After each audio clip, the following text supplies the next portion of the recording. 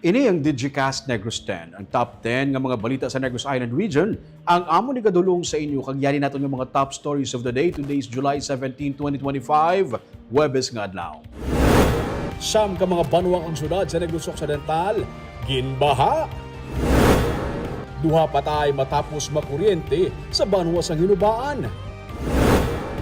Mga residente gin-evacuate, mga motorista hindi makalabay sa overflow bangod sang baha sa Moises Padilla. Nadugangan sa 300 ang kaso sang HFMD sa Negros Occidental sa sulod sang duha ka semana. Kag sa good vibes, ulan kag baha wala makapugong sa wedding reception sa magkahagugma sa Kabangkalan City. Inatanan sa Digicast Negros 10.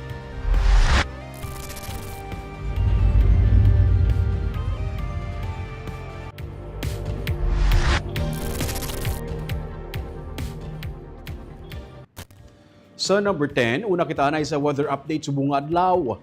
Madamol nga ulan para nga magatupa sa Negros Occidental tubtubwas nga adlaw.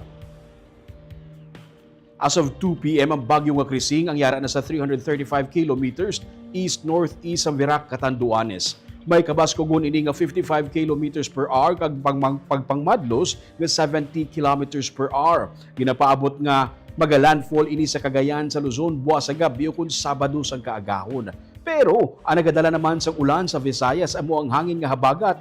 Suno sa Pag-asa, 100 mm tubtub 200 mm nga ulan ang gina-forecast nga magatupa sa Negros Occidental tubtub buwas nga adlaw. Gani posible nga magresulta ini sa pagbaha. Ginapandaman ang mga nagapuyo malapit sa suba nga mag-ulo aligmat sa posible nga baha kag ang mga nagapuyo sa nabukid nga mga parte sang probinsya nga mag-ulo aligmat sa posible nga pagluntad sang landslide.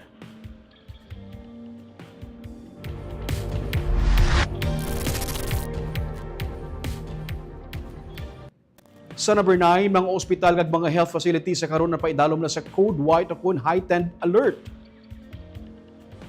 Mga ospital sa probinsya sa Negros Occidental sa karon ang ginpaidalom sa Code White o kung nangyari na sila sa heightened alert. Hindi kasunod sang gin-report na pagbaha sa pila ka mga lugar sa probinsya, ilabi na sa sur nga bahin sa Negros Occidental. Sunod kay Dr. Gurley Pinunggan, ang Provincial Health Officer, nalakip sa naka-heightened alert ang tanan nga mga health facilities. Samtang nag-aabiso naman si Pinunggan sa mga pumuluyo, labi na mga yadtong nag-istar sa flood-prone areas nga kung mabunok ang ulan, mangita na lang nga daan sa lugar nga mapasiguro nga hindi mabahaan. Kung nakaubog na gidman sa tubig baha, ginabisuhan nga magpadulong sa health center sa good mahatagan sang doxycycline mga para malikawan sang temprano ang anuman nga masakit kaangay sang leptospirosis. Ang mga pumuluyo ginapahalong man sa mga waterborne diseases. Bas maayo nga mapabakuna ang mga ukon mapabukalan ang mga tubig ilimnon para malikawan ang anuman nga masakit nga dalasang kontaminado nga tubig. Nag-send naman kami ng mga code white alert, especially ang atong mga health facilities. Kaya may mga areas na may mga flooded na. So, ginaano tanang no, ang mga katawan, especially nga ang ila area ba flooded. So, kung pwede sila maka-evacuate man as early to a place pala nga hindi sila makuanan sa baha. And for those nga nakuanan sa baha, so ang DOH kag ang sa health man nato nagapanghatag man kami sang doxycycline wala for their protection man versus leptospirosis. Leptospirosis.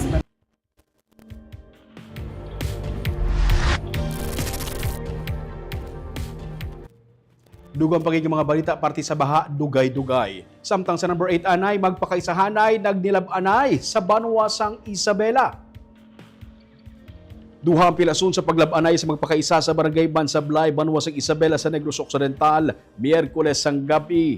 Hinubog nga ang ginalantaw nga rason sang kapulisan sa nagluntad nga insidente. Sa investigasyon sang PNP, nagainom-inom ang tatlo ka magpakaisa sang sila ang nagbaisay. Ginabulong karon sa Ignacio Lacson Arroyo Memorial District Hospital si alias Abel matapos ginlabo sa ulo sang iya pakaisa nga si alias Ben. Pakagkakita sang isa pagidila ka pakaisa nga si alias Joe.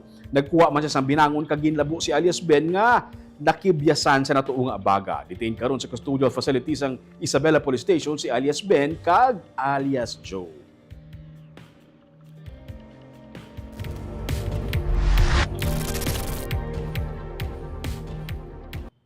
Sa number 7, isa ka SK kagawad kag duwa ka iban pa arestado sa operation sang PIDEA NIR.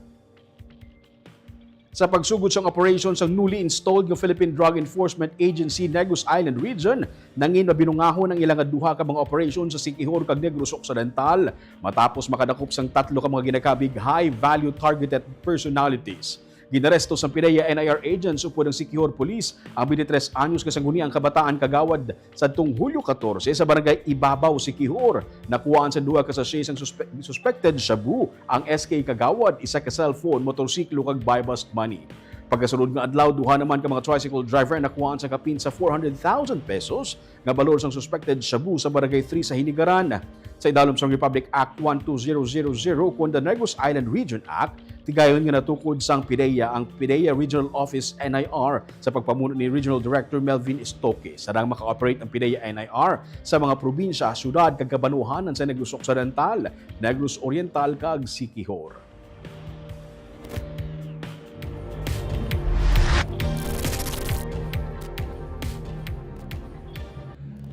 Sa number 6, duwa ang patay matapos makuryente sa halayan sa Banwasang Hinubaan.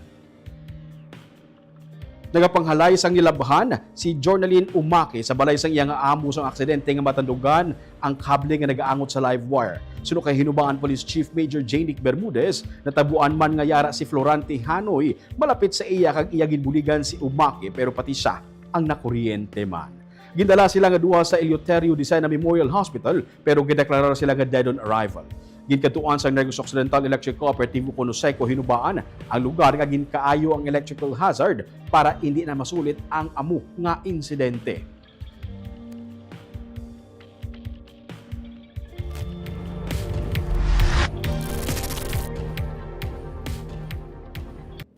Sa number 5, Moises Padilla Mayor Elia Garcia Yulo nagpaatag nga ang tagdumalahan sa CPSU ang nagpalapit sa iya para magpangayo sa bulig kay ginasukot na sa tag-iya sang duta nga ginatindugan sang eskwelahan. Giklaro ni Moises Padilla Mayor Elia Garcia Yulo nga wala siya naghimo-himo sang istorya angot sa problema sang Central Philippine State University Moises Padilla Campus nga ginasukot na sila sang pamilya Nazareno nga nagapanag-iya sang 2 ka hektarya sang duta nga ginatidugan sang eskwelahan. Patag sang alkalde, mismo ang tagdumalahan sang eskwelahan ang nagpadulong sa iya kag nangayo sang bulig. Antes pa man sang piniliay, kay ginasukot sila para magbayad sang duta nga nagabalo sang 50 million pesos. 2017 pa nag-expire ang 10-year nga deed of usufruct sang eskwelahan kag ni Anay Mayor Francisco Nazareno. Wala man kuno sang ikasarang ang banwa para bayaran ini, gani naghingyo siya sang bulig ni Governor Eugenio C. Lacson kag nagsiling man ang gobernador nga handa siya magbulig sa banwa para hindi maapektuhan ang operation sa ang eskwelahan. Kay latest, nagpahibalo si Ma'am Tiliana sang inilang daw last month or this month nga remind naman sila sang payment nila sa CPSU. So, ang ako naman yan, gesture namon bilang local government officials, nagbulig kami nga ma-facilitate ina. So, kay hindi ka kasarang ang Moises Padilla. So, dito kami mangayo kay Gov. And si Gov, wala agad problema. Willing to help with si Gov. Committed na siya, nag-commit na siya mo. So, ang gobyerno yan, may proseso nga ginatawag. So, we have to follow.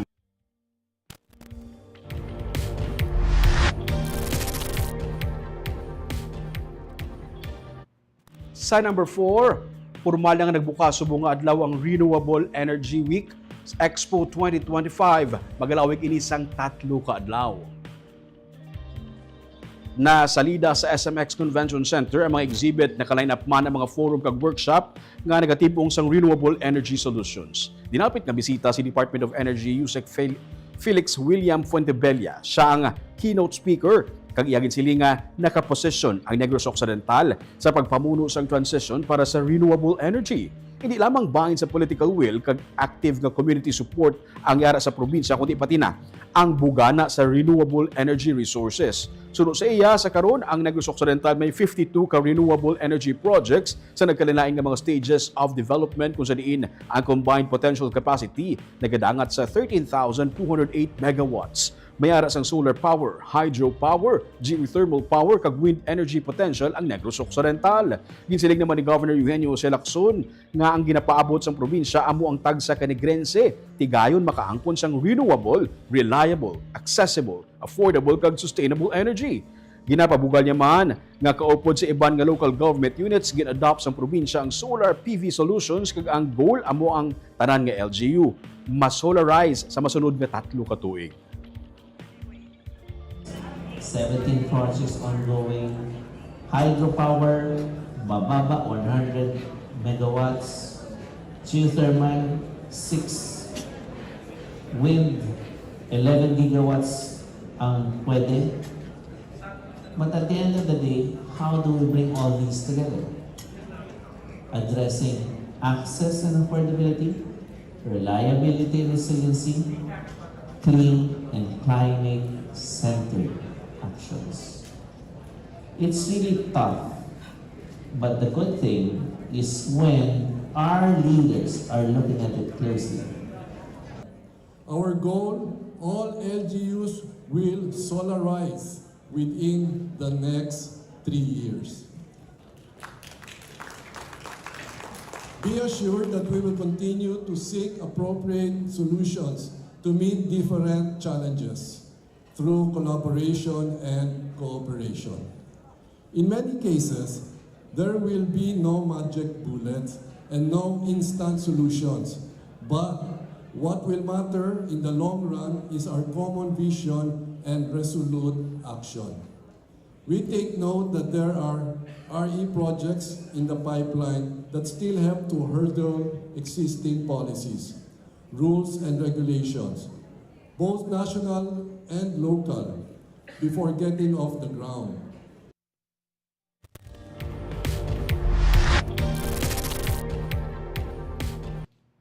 Sa number 3, nadugangan sang halos 300 ka mga bagong nga kaso sang hand, foot, and mouth disease ang Negros Occidental sa sulod lamang sang 2 ka semana. Sa datos ng Provincial Health Office humalin January tubtub July 12 ukon sa Morbidity Week 28, nagdangat sa 1,111 ang reported HFMD cases sa Negros Occidental. Sa week 16, ang kadamuon sang HFMD cases yara sa 828. Nagapabilin ang Bago City nga may pinakamadamo nga kaso, 319. Paray ng abiso sa PHO nga hindi magkalipat sang hand washing. Ilabi na ang madasig nga paglaptas sang HFMD paagi sa close contact. Ini ang tuga sang virus. Nalakip sa simptomas ini ang rash sa kamot, tiil, baba kag paghilanat. Masami man nga nagakalatnan ang mga kabataan. Dapat gina-disinfect ang mga lugar nga may ginreport nga kaso sang HFMD. Usually, okay ang mga kabataan ba na gagawin. So, ang amon gani ginaano nga paninlo gid man gihapon. Tapos especially kay may mga sa classroom ba nga doorknob. So, ang frequent nga hand washing gid, especially sa school. Oo. So, may iban ko nga last time ko may nag sa ibimag, pero hindi man gito ang kadamo ilang cases.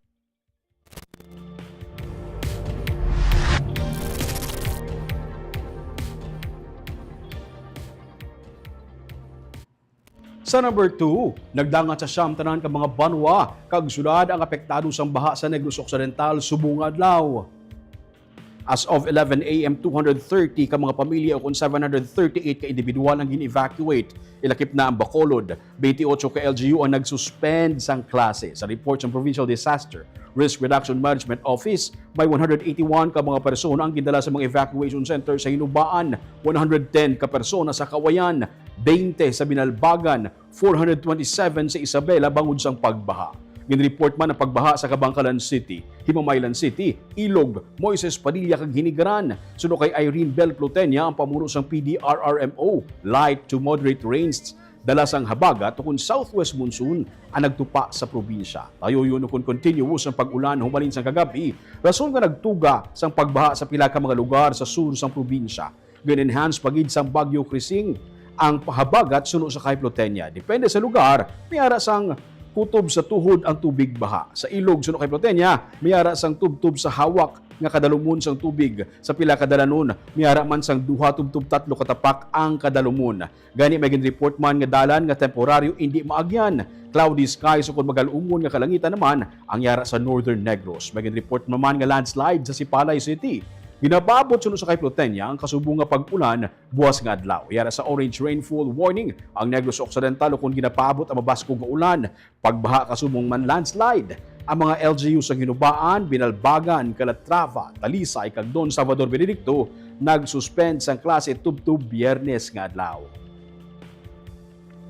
May ara katami sang rain actually nga gina-expect given nga ang gapalapit balagis ang tropical depression, so gina-enhance yaman ang aton nga southwest monsoon. So usually during this time ga-expect gid ta nga mas kusog ang ulan naton sa among mga. So far, wala reported na airflow or mga volcanic debris mga affected. Wala. Pero southwest niya nga rains ang nag-cause ng Yes, flooding. bali ang southwest is enhanced by tropical depression. Chrissy. Thank you po. Ma'am, tomorrow, ang ulan, mas bunok pag gina-expecta or amo-amo lang gihapon? More or less amo-amo ni Gurumis, pero kay ang amon di nga ginalantaw kung mag-red si Antique, so Oo. possible nga tudong man ang ulan diri sa ato.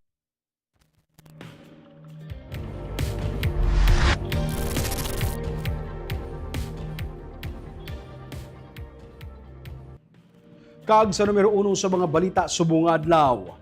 Sa banwa sa Moises Padilla, ang tubig sa may suba nagbalod bangod sa kakusog sang daludo sa tubig gani hindi malabyan sa mga motorista. 30 ka mga pamilya gipang evacuate bangod sang pagbaha. Yaring report. Sa una nga tulok, pensaron mo nga bye-bye ining balod sa tubig. Pero ini ang Binalbagan River sa banwa sa Moises Padilla. Amo sini kakusog ang current sang tubig sa suba, gani ang mga motorista hindi makalabay sa overflow. Nagabalod ang tubig.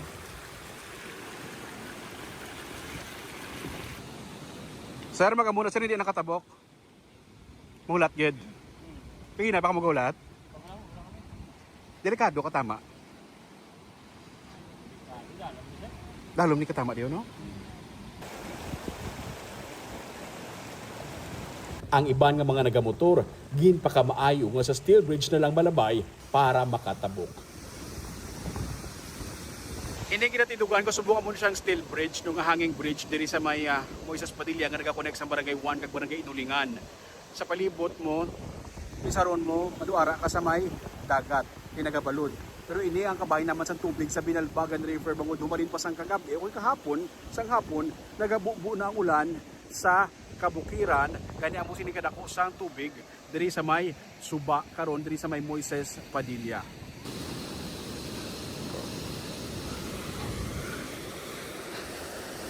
Sa may Kaburutan Bridge sa boundary sa Barangay 6 kag 7, makusog man ang daludo sa tubig. Ang tubig sa sapa nagsulod sa mga balay sa tupad sini. Ang balay kag ang kapihan sang BPAT member nga si Ryan Vinson ginsulod sang baha. Ang mga appliances niya nagkalaguba. Ang iya compressor sa vulcanizing shop nalumos sa tubig baha. Pati kanding kag manok ginihaw na lang kay nalumos. Hindi na wala mga gamit kaya napulos ang tubig, wala akong tubig. Ipudyada mo ng kulay din eh. Mga lasing pamilya. Mapulay ko, nagplako yung tubig ng mabagamit, sir. Ipusok-pusok niya ako. Ang multicab kag auto sang iya amay nalumos man sa baha. Nalapawan pa kuno sang tubig baha ang duha ka mga salakyan kay inas ang kaagahon. Ang ini nga ido nawad-an sang animo pero tigayon nga naka-recover matapos malumos. CPR mo din ko sa Gin CPR? Gin mouth to mouth? Gin CPR lang yan, hindi mouth to mouth. Abi mo na patay na. So di siya na anod siya? tangkal ko to. Pagwa ko siya na yun, nagumpat mo sa.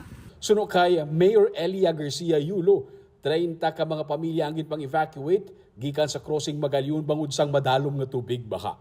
Luyag nila nga samtang temprano pa ma-evacuate na ang dapat nga magsaylo para hindi delikado pagkagabi. Ginapaabot niya nga madugangan pagin ini nga mga evacuees. Expect naton sige pa ni di magsigi buang bukid nga ulan masigi pa ning baha. So mataas damo pa ni gurong tao. May mga katubuhan nga naghapay man sa higad sang dalan bangod sang ulan. Kalabanan sa mga may report nga pagbaha kag evacuation sa Central kag Southern Negros. Tubtubwas, ginapaabot nga madamon nga ulan sa gihapon ang mabubo sa Negros Occidental.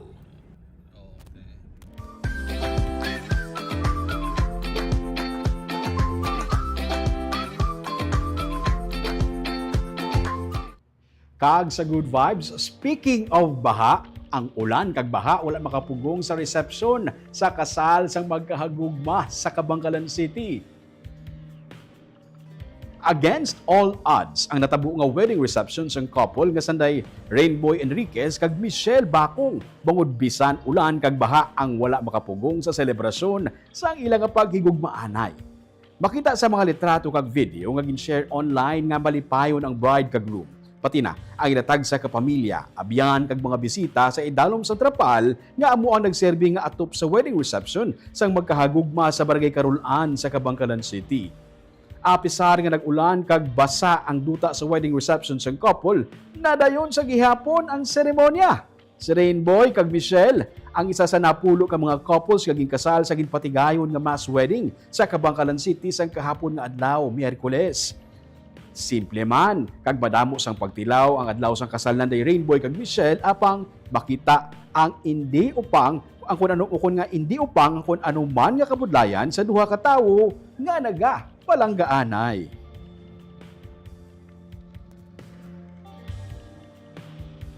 Sana all nagapalanggaanay. Shout out anay sa ating mga live viewers subong nga hapon si Maricon Gamboa Hayashi. Good evening DigiCast. Si Jocelyn Loquero mayang hapon sa roaming watching from Hong Kong. Si Julia Shason Jr. mayang hapon DigiCast. Chona Evangelista Caredo, good afternoon DigiCast watching from Singapore. Si Romel Mahilom Galio, good afternoon DigiCast nago sa roaming. Si Gloria Bantigay, good afternoon DigiCast kag sa roaming Subaldo watching from Pulupandan. Hensley Cecil Alguna Mumbai, good afternoon DigiCast nago sa roaming. Si Mirna Clavel, maayong hapon DigiCast watching from Payao. Si Salvador Española maayong hapon DigiCast watching live from Hinigaran, Negros Occidental. Hambal ni rice grower, wala ayuda. Si Jessery Garucho Hivero, maulanon nga hapon ka DigiCast Negros sa Romeo, maghalong gid ang tanan. Shout out sa bilog nga Himamaylan City. Kag si Lindol Sunyo, maayong hapon Negros. Si Maricon Songkip Veladores, maayong hapon Negros Island Region. And Lord, please keep my kababayan in Negros Occidental safe. Tani no, safe ang tanan-tanan. Extra kita sa paghalong kay tubtubwas no magaparayon sa gihapon ang pagbubo sang ulan, so extra careful kung feeling nyo nga do taas ng tubig. Hindi na paglaton magsaka gid ng tubig kung kinahanglan na mag-evacuate na para hindi mabutang sa delikado nga sitwasyon. Kagamuya itong top 10 nga mga balita sa Negros Island Region subong adlaw. Tubtub sa buwas ako si Romeo Subaldo, mayong hapon.